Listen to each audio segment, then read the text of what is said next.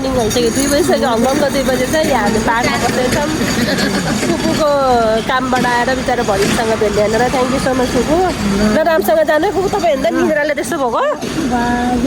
ल के यहीँ बसिराख्नु आज हाम्रोमै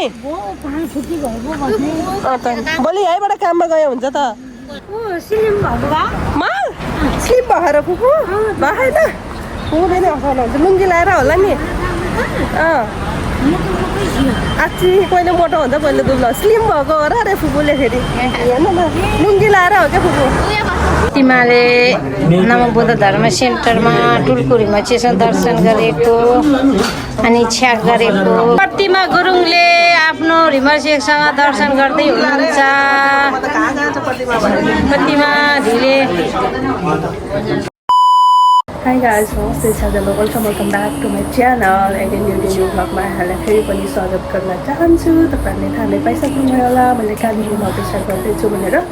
अनि तपाईँहरू चाहिँ यदि कोही नयाँ हुनुहुन्छ भने प्लिज मेरो युट्युब च्यानल चाहिँ सब्सक्राइब गर्न नबिर्सिनु होला भन्न चाहन्छु आज हङकङको फर्स्ट डे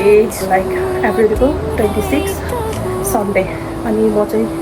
लुङ्गी लाएर चिटिट्याट्ट भएर अब गुम्बातिर प्रस्थान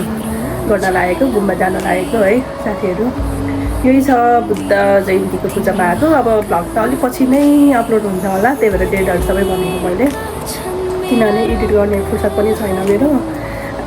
टाइम नै छैन फुर्सद नै छैन भनेर जस्तो भयो अब चाहिँ म यहाँ आमाको गुम्बा लाएर म निस्किनु लागेको है नेपालबाट त खासै कपडा हाल्दैन गुम्बामा त कि बक्छु कि अलि लामो कुर्ताहरू त्यस्तै त लाउँछ नि है म चाहिँ त्यो भ्याएन कि जिरो टाइममा आएर एउटा चोलो किन्न त भ्याएन काठमाडौँमा आएर चोलो किन्ने भनेको फ्लाइट डिले भक्कु भइ गरेर पुरा एयरपोर्टमै समय बित्यो बेलुका राति आइपुगेको थियो काठमाडौँ बिहान त 8 बजीभित्र एयरपोर्ट छिर्नुपर्ने त्यही भएर म किन्नु पाएन के गर्नु गाह्रो छ मलाई उयो हेर्नुहोस् न आमा चाहिँ के अरे बुद्ध भगवान्हरू यस्तो बनाएर जहिले यस्तै हुन्छ जहिले लाइटबाट झिलेर काट्छ मलाई आनन्द हुन्छ म यो देख्यो सुनेर यताबाट देखेको आमाले चाहिँ पछाडि यस्तो पुठो पछाडि नपार भगवान् बुद्धसँग भगवान् बुद्ध निरा भन्नुहुन्छ ठिकै छ सरी त्यसको लागि अब म हिँडेको बाटोमा लक्क एक्लै रेडी भएर बाई बाई बाई आँखा टल्केको यस्तै हो साथीहरू हङकङको यस्तो सहर अब सबैसँग चाबी हुन्छ दाइ सुतिराख्नु भएको छ यसरी चाबी लाएर आफ्नो आफ्नो चाबी लाएर हिँड्ने हो भरे जो आउँछ एकछिन चाबी लगाउँछ भरे जो आउँछ आफै खोलेर बस्नु हो कि यस्तै छ कोही भेट्दैन हौ घरमा मेरो ढङ्गा अब चाहिँ भयो के गरायो गुम्बा जाँदैछु साथीहरू एकदम घाम चर्किरहेको छ है छाता नि काँचो पाएन मैले ल्याएन नेपालबाट वेट बढी कता अम्फिटभेल्ला जाँदैछ बोलाउन पनि सकिनँ बस बुढा पार्क आइपुग्यो साथीहरू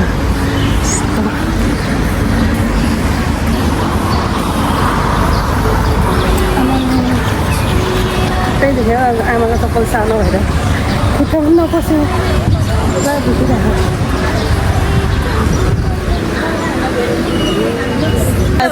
साथीहरू आफ्नो पार्छ हाम्रो पनि आउनुहुन्छ सिक्किमबाट आमाहरू प्रसाद खाने हुनुहुन्छ नमस्ते नमस्ते यता आमा बिजी भए म त नुहाइ धुवाइ गरेर सबै भ्याएर भिडियो तायो लौ प्रतिमा गुरुङले आफ्नो रिमर शेखसँग दर्शन गर्दै हुनुहुन्छ प्रतिमा ढिले ल फोटो नि एउटा खिच्नुपर्छ कि फोटो खिचौँ ल यो गरिदियो त भिडियो त यति मात्र गरे भने म ढोक्छु नि पहिला अनि खिचौँला नि लाठी हाकिने ढोकेन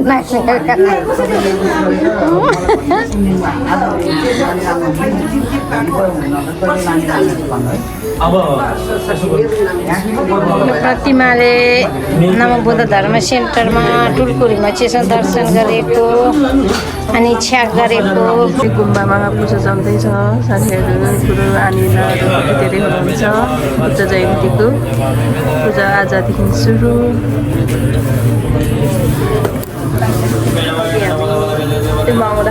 खाएर आइसकेको थिएँ खाना खाएर लन्च म चाहिँ लिम्पचीको दर्शन लिएर बसिरहेको छु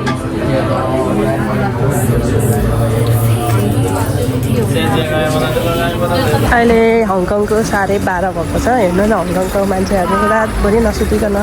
काम गर्छ क्या ढाङढाङ डुङरुङ म चाहिँ गुम्बाबाट आएर नै घर बसेको थिएँ धेरै टाइमसम्म अनि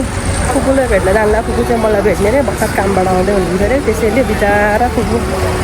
भदिनीलाई भेट्न पऱ्यो छुट्टी मिलेको छैन के गर्नु रातको 12 बजीसम्म काम गर्नुपर्छ भन्नुहुन्छ हो त्यही भएर अहिलेको त आउँदैछ अरे अनि आउनु भनेर एकछिन बाहिर भेटौँ भनेर आएको यहाँ ठुलै फलफल पाउँदो रहेछ यहाँ त फेरि छ शीतल नि भयो अनि मैले थोरै खुसीले पनि ल्याइदिएको फुपूलाई अहिले गाउँ नेपालबाट दिनु पऱ्यो यति धेरै माया गर्नुहुन्छ बिचरा फुपूले मलाई धेरै साथीहरू 12:30 भयो अब नेपालमा 12:30 बजे एक्लै हिँड्न डर लाग्छ बाहिर देशमा केही डरै हुँदैन एकदम कसैले केही गर्दैन यहाँनिर कसैको अब दिन गरै दसैँ बिग्रेछ भने पनि भोला अलिअलि उस गर्ने नत्र भयो त्यस्तो केही छैन त्यस्तो भयो अहिले भर्खर न्याम कडा भइहाल्छ है त्यस्तो छ कहाँ हुनुहुन्छ होला फुपू त पार्कतिर मान्छेहरू बसिरहेको छ फुपू आउनु भयो आइपुग्नु भयो ल मेरो फुपू बिचरा कामबाट भर्खर छुट्टी भएर आउनुभएको ल पक्नु है म यहाँ सानो ल गरे कति पछि भेट भयो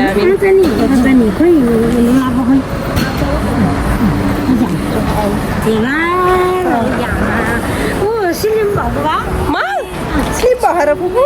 भए त फुपू फेरि हँसाउनुहुन्छ लुङ्गी लाएर होला नि आची कहिले मोटो हुन्छ कहिले दुब्लो स्लिम भएको हो र अरे फुपूले फेरि हेर्नु न लुङ्गी लाएर हो क्या फुपू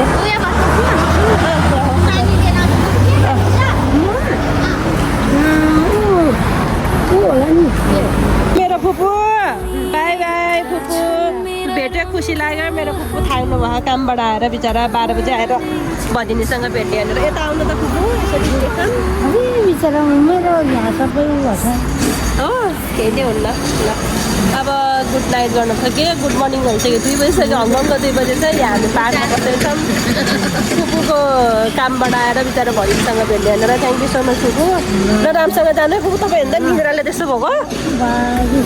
ल के यहीँ बसिराख्नु आज हाम्रोमै भोलि यहीँबाट काममा गयो हुन्छ त हामी पुऱ्याउनु जाने किन पर्छ र रौसी भएको रौसीको बेलामा चाहिँ एक्लै गएँ यो डस्टबिन फाल्नु पऱ्यो दिदी कता हो डस्टबिन यो जुसको ल साथीहरू अब हङकङको 2 बजे बिहान भइसक्यो म मात्रै त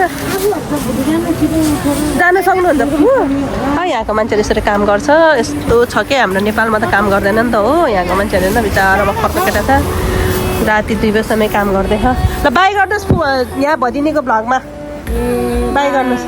बाई बाई ल बिचरा फुपू अहिले फुपू त राम्री भयो हौ